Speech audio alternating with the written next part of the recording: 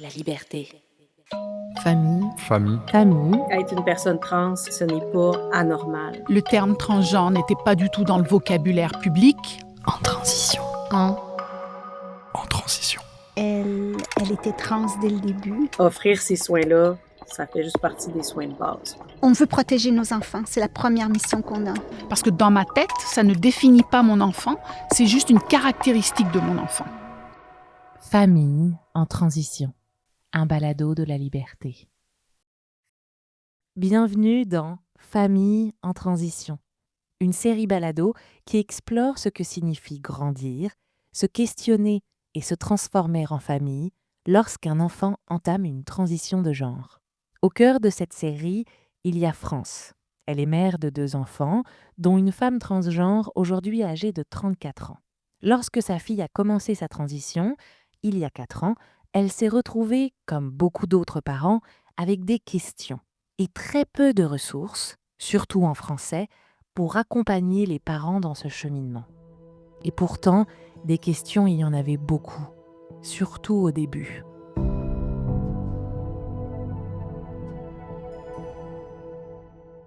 Moi, c'était plus des questions face à la personne qui fait la transition. Puis je pouvais pas nécessairement poser ces questions-là à mon enfant parce que on est trop proches. Puis aussi, c'était aussi la question de « Maman, je suis pas là pour t'éduquer. » C'est beaucoup de travail, juste de te le dire, c'est beaucoup d'efforts, c'est beaucoup d'énergie. Puis moi, j'ai passé 30 ans à pouvoir arriver à dire « Voici qui je suis. » Puis en plus, tu me demandes de t'éduquer, va faire ton éducation ailleurs. Moi, je suis pas là pour ça. Alors, ce que j'ai compris dans ma relation avec mon enfant, c'est je suis là pour épauler, je suis là pour soutenir, mais je suis pas là pour poser des questions. Je suis là pour aimer, je suis là pour continuer à dire que je l'aime, puis à dire combien il faut être fort ou forte pour continuer sa vie en tant que trans. Mais les questions, mais qu'est-ce qui se passe? Qu'est-ce qui se passe au niveau hormonal? Tu vas prendre des hormones, mon Dieu, qu'est-ce que ça va venir faire? Puis, tu es sûre de ton affaire? Puis, qu'est-ce que ça veut dire au niveau relationnel avec les autres? Est-ce que tu arriveras à trouver un partenaire? Ces questions-là, tu lui as pas du tout posé? Ben non, tu ne peux pas poser ces questions-là. C'est basé sur tes peurs à toi. C'est pas basé sur les peurs de l'enfant, c'est basé sur tes peurs à toi en tant que parent. Quel traitement tu vas faire? Quel traitement tu vas prendre? Où est-ce que tu t'en vas avec ça? Est-ce que tu es suivi par un spécialiste, c'est-à-dire un psychologue? Parce qu'on s'entend, là, mon enfant a 30 ans. C'est pas un enfant de 10-15 ans, là, où tu es complètement, entièrement à la charge de cet enfant-là. La relation, elle n'est plus la même, là. Alors, comment tu les laisses faire leur vie, hein? Mais là, c'est comme, wow, OK. Tu as encore cet instinct de vouloir protéger ton enfant, puis je pense que ça part jamais. J'aurai 90 ans, puis je serai encore en train de protéger mes enfants, tu sais.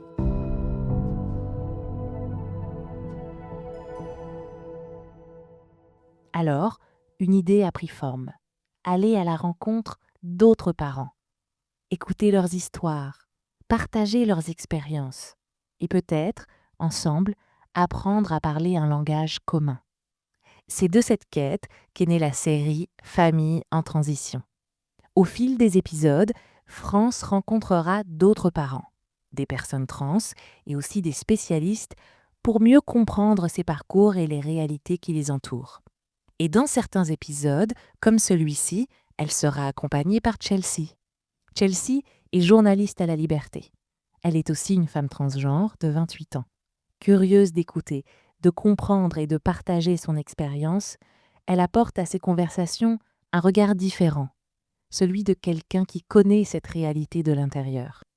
Dans ce premier épisode, justement, c'est la rencontre entre France et Chelsea. Une première conversation naturelle, spontanée, qu'on a finalement décidé d'enregistrer. Et c'est là que tout commence.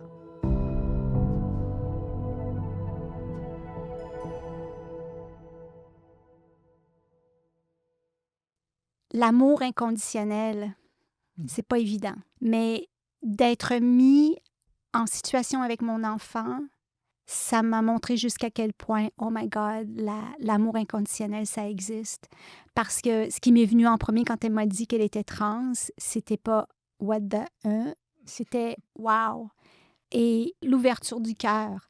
puis de lui dire « On t'aime, on est avec toi à 100%, à 150%, à 1000% avec toi, on est là pour toi. » C'est là que j'ai découvert l'amour inconditionnel, mais j'avais pas l'impression que je le connaissais, cet amour inconditionnel. Parce qu'on vit dans un monde, il y a toujours des conditions. Puis j'ai toujours pensé que l'amour inconditionnel, c'est Sœur Teresa.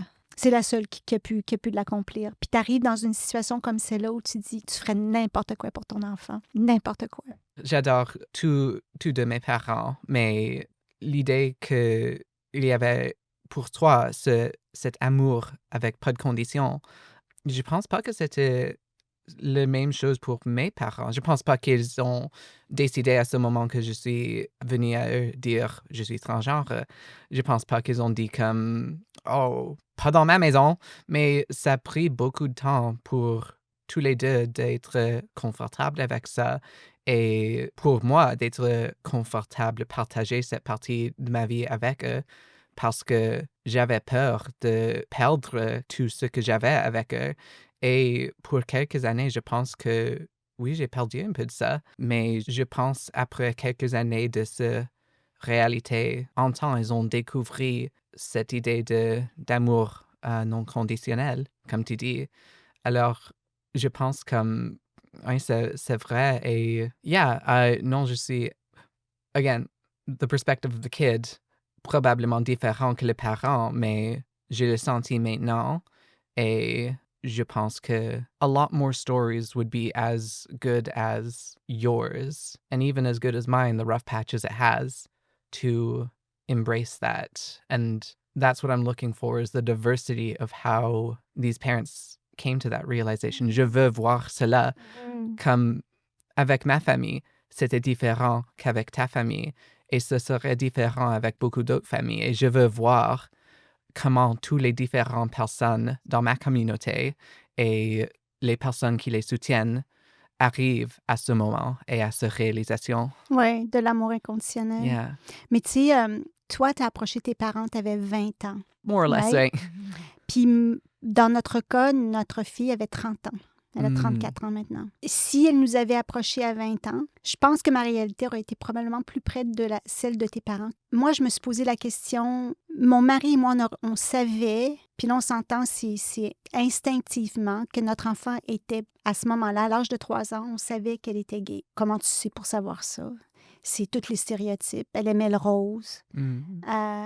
Tu sais, si j'avais des robes, elle allait emporter de temps en temps. Il y avait certains indices, mais c'était vraiment stéréotypé de « OK, mon enfant doit être gay parce qu'elle est plus féminine que masculine. » Puis maintenant, si tu regardes avec le recul, tu te dis « Oh mon Dieu, si j'avais mon enfant maintenant, je le vivrais complètement différemment. J'aurais déjà pensé « OK, est-ce qu'elle est trans? » Tu sais, il y aurait d'autres choses qui viendraient s'installer. Je pense que le fait qu'elle ait eu 30 ans, il y a plein de choses où elle prenait ses décisions par elle-même. Alors, cette idée d'hormones, quand elle a décidé de prendre des hormones, c'est pas comme si elle est venue nous voir pour nous dire bon, ben, j'ai décidé de prendre des hormones, qu'est-ce que vous en pensez? Tu la soutiens dans sa décision, mais c'était pas notre décision à nous à prendre en aucun cas. Il y avait comme un petit, comme a bit more freedom de faire cette décision à Oui, cet âge. c'est ça. Yeah. C'est ça. Parce qu'à 20 ans, t'es encore jeune. Ouais, j'étais encore à la maison de mes T'étais parents. encore à la maison de tes Yeah. parents. Tu vois, nous, ça faisait déjà 10 ans qu'elle était plus à la maison avec nous. Là. Alors, elle avait une vie en dehors de la nôtre, sa vie, une vie indépendante, le travail, etc., etc., ce qui fait qu'on n'avait pas toutes ces choses-là. Yeah. On n'avait pas le même rôle. Alors, exact. vraiment, c'était plus un rôle de soutien. Mais je pense qu'au moment où ça a été fait, je pense qu'on était plus équipés pour le vivre comme ça, mais ça ne veut pas dire qu'on n'a pas eu des flémèches entre nous. Ça ne veut pas dire qu'il n'y a pas eu des moments qui ont été difficiles, parce que des moments où je me suis posé la question en me disant « j'aurais pu faire autrement ». Alors, il y a toute cette idée de culpabilité qui, à un moment donné, a pris le dessus, où je me suis dit « mon Dieu, si j'avais... » Elle aurait pu faire son coming out beaucoup plus tôt si j'avais fait les choses nécessaires pour accueillir. Alors, j'ai comme pris ça un peu sur moi, comme si c'était de ma faute qu'elle n'ait pas pu le faire avant. Pourquoi est-ce qu'elle a décidé à l'âge de 30 ans plutôt que de le faire avant? Ben, pour comme répondre un peu à cela, ça fait pas toute ma vie que je savais, comme tu disais au sujet de comme le passé avec les robes et le rose. Moi, j'ai encore une petite photo de moi quand j'avais 2-3 ans en ballerine avec ma sœur. Et pour le plus longtemps, tout le monde juste pointaient à cela et disaient comme « Oh, isn't it so funny? It's so cute! » Et moi, je pensais la même chose. It was like « Oh, embarrassing kid photo. » J'avais pas beaucoup d'espace à penser à cela dans un autre contexte. Je pense que j'avais environ 13 ans quand j'ai commencé à penser comme « Oh, est-ce que je serais plus content être fille? » Je ne savais pas même si c'était une expérience comme réelle ou non, si ce n'était pas pour la télévision que je visionnais au moment, mais... En fait, c'est l'émission que tu as vue qui a commencé à te faire poser la question. C'est ça que tu veux dire? Ouais, hein? Absolument. C'est comme des émissions comme ça qui me donnaient des idées de les expériences que j'avais, mais que toute mon éducation à l'école, comme je savais like what being gay was, mais ce n'était pas jusqu'à Degrassi que j'ai réalisé comme oh, être bisexuel est une option aussi? Wow, oui. Mais avant ça, est-ce que tu te voyais comme gay? Est-ce que tu pensais que tu étais comme... Pas vraiment, Non. non. C'était plutôt l'expérience de penser toujours que je voudrais toujours être une fille, une femme, mais penser, it's not possible, it's not real, can't just do that. Mais il y avait toujours un petit fantaisie quand j'avais jeune de entrer dans une machine et sortir l'autre genre et être comme, wow, that would be perfect. Mais ça faisait longtemps que j'ai exploré mon identité. Pour quelques années, je me sentais plus comme genderqueer ou quelque chose comme ça, ou non-binaire ou quelque chose, juste pour arriver à la conclusion « I was right at 13 ». Mais ça fait jusqu'à j'avais 20 ans de réaliser cela. Et je pense pour beaucoup d'autres gens, beaucoup d'autres personnes transgenres, il y a ce temps, cette période où tu explores toutes les options. Beaucoup de personnes connaissent, for a long time, I am this. Mais il y a beaucoup d'autres personnes qui disent maybe, maybe not. Et ils ont besoin de prendre ce temps de juste interroger cela et arriver à cette conclusion comme des années après le réaliser en premier. Alors, c'est peut-être même juste une situation comme cela où, comme mère, tu as déjà fait autant que tu pouvais, mais ta fille avait juste besoin de réaliser ça pour elle-même. Mm-hmm. Oui, je pense que c'est un processus qu'elle devait faire à son propre rythme. Mm-hmm. Ouais.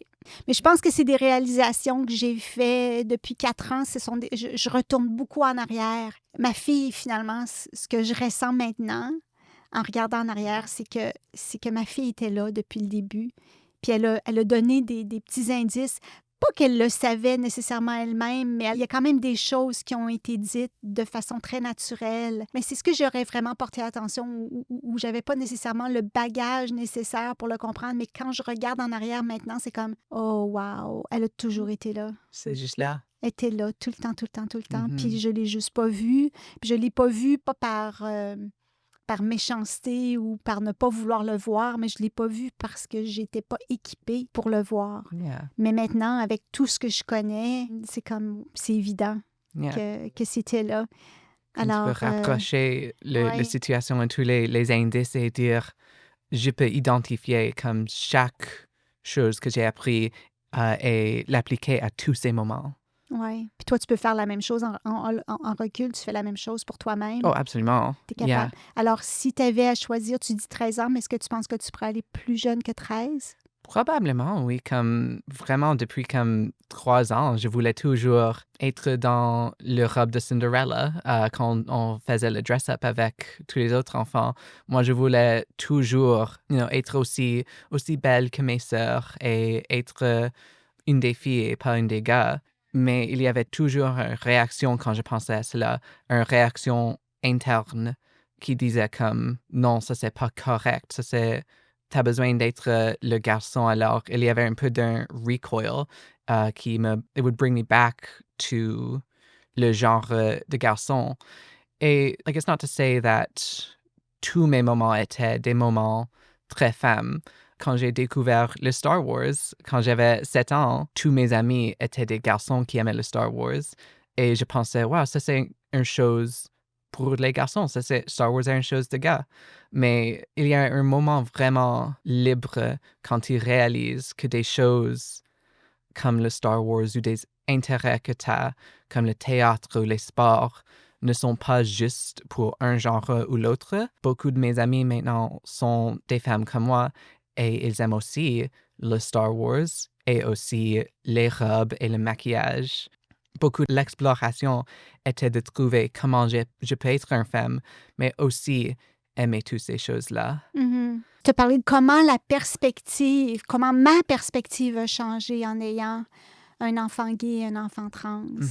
Combien ça l'a élargi ma façon de voir les choses. En fait, c'est relié un peu aux toilettes genrées. Parce que dans le fond, c'est que maintenant, ces toilettes-là, quand je les vois, elles m'enragent. Cette idée de on est supposé de faire les choses, puis c'est ça qui change en ayant en tout cas pour moi, ayant des enfants, un enfant trans et un enfant gay, ce qui a changé, c'est que cette norme de la société n'est plus acceptable.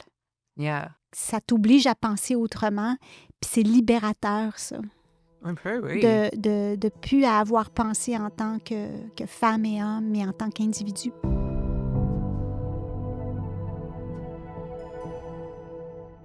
On a demandé à Chelsea comment était la relation avec ses parents aujourd'hui.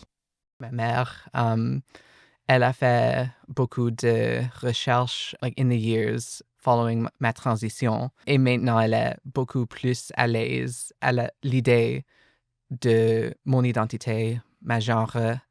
Elle est encore un peu comme traditionnelle, mais ça veut dire plutôt que elle veut que je ne porte pas des jupes trop courtes ou que j'ai pas des looks de maquillage trop outrageous.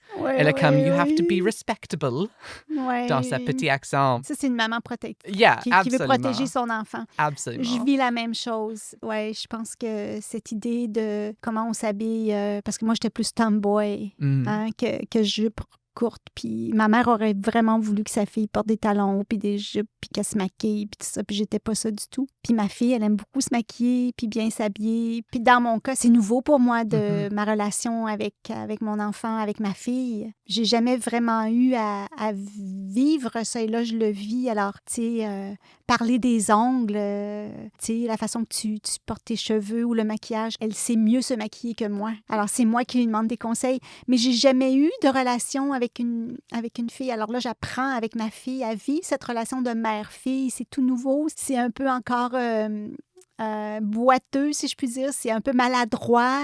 Mais je suis curieuse, est-ce que tu portes des jupes courtes?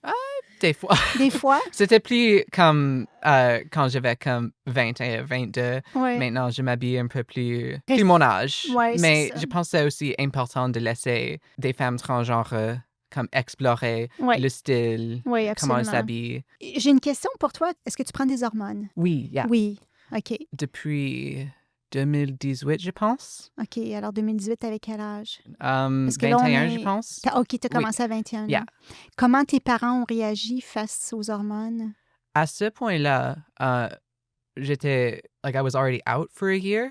Alors, ils avaient 7 années à ajuster à the new reality. Jusqu'à la point que quand j'ai parlé avec ma mère au sujet de prendre des hormones, elle m'a vraiment aidé à comme trouver comment le faire, avec qui parler, tout ça. Elle ne demandait pas beaucoup de questions au sujet de the medical specifics. Elle était plus intéressée juste à m'aider, comme prendre soin de moi. Est-ce que ça, c'est la réalité avec ta fille aussi? Avec ma fille?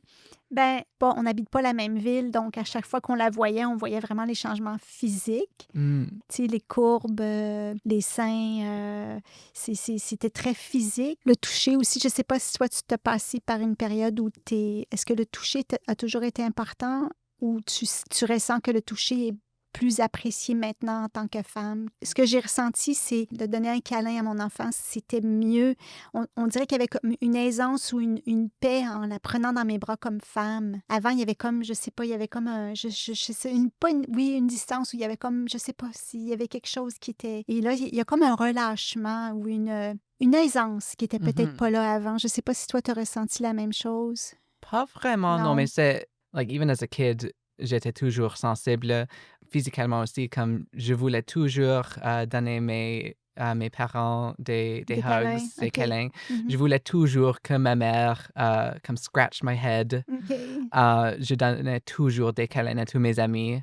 Je pense qu'il y a encore juste des aspects de mon corps que je suis pas content avec, mais ça, c'est pas des choses que les hormones peut changer. En termes de juste ce que les hormones ont changé, ça sent, oui, comme beaucoup plus aligné avec ce que je voulais voir, ce que je veux voir, ce que je veux être. La question des hormones, c'est pas juste une question d'hormones, c'est aussi au niveau de la santé physique, mais aussi la santé mentale. Parce que moi, je me suis toujours fait dire que si tu commences le traitement, c'est important aussi de faire le suivi avec un thérapeute ou une thérapeute. Est-ce que c'est quelque chose que tu fais? Là, c'est une question que je te pose en général, mais j'imagine qu'à l'âge de 20 ans, quand tu as commencé les hormones, est-ce que tu avais aussi le service d'un thérapeute qui t'accompagnait? J'avais pas vraiment, mais j'avais pas beaucoup de temps à faire des appointments pour tout cela. OK. Mais I agree, c'est important. Je pense que Parce la qu'il y a des façon que changements. exactement, la façon que j'ai fait, ce n'était pas la façon meilleure. Comme il n'y avait pas beaucoup de problèmes, il n'y avait pas des choses qui me faisaient comme oh no, I don't know what I'm doing with any of this. Mais Ouais. je pense Mais tu sais, tu deviens plus émotive, parce que les hormones, c'est pas seulement le physique, c'est aussi le mental qui va mental, être... oui. Alors, c'est comme... Je dis ça parce que j'ai pris des hormones comme femme avec la ménopause. J'ai pris des hormones pendant 6 mois. Ça l'a réglé une chose. J'avais des chaleurs à tous les jours, à toutes les heures, 24 heures sur 24.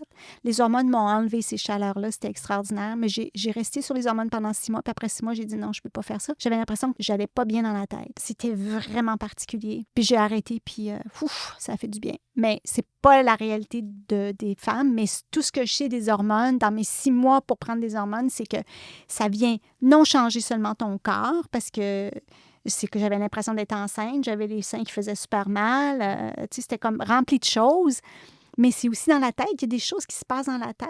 absolument. yeah. Alors, ça va tout changer. Mhm. Comme je faisais toujours des rencontres avec, à l'état c'était clinique avec qui Ouais.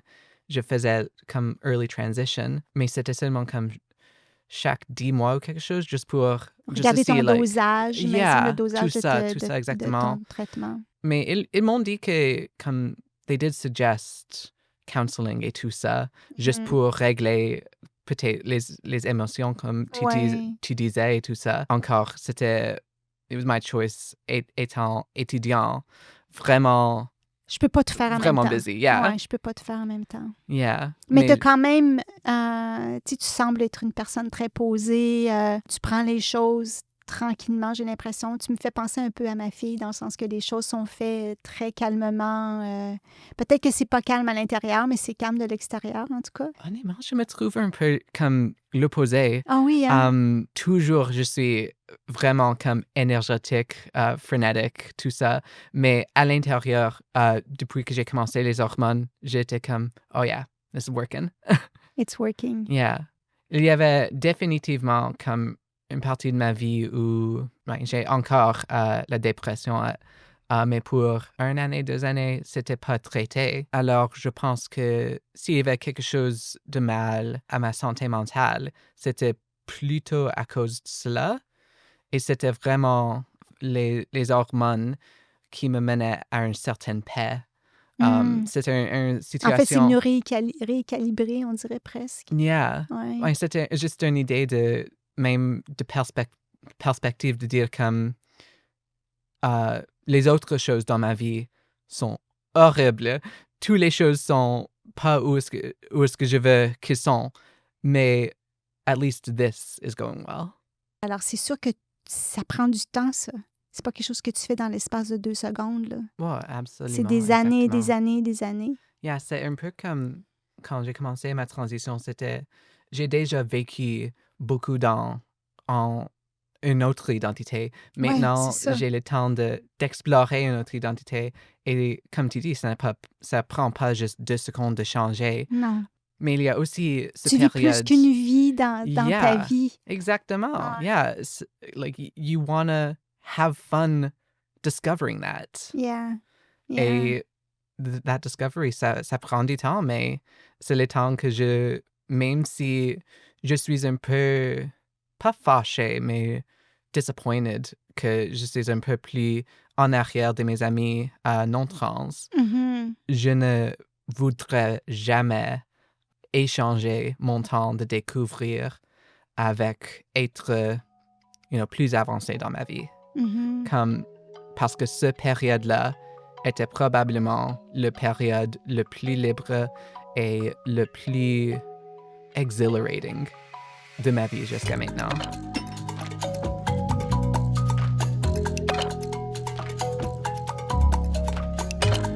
Dans les prochains épisodes, France continue sa quête et va à la rencontre d'autres parents, d'autres histoires, d'autres familles en transition. Un grand merci à France et à Chelsea pour leur confiance, leur vulnérabilité et leur générosité. Famille en transition est une série audio produite et réalisée par La Liberté, rendue possible grâce au soutien financier de la Winnipeg Foundation.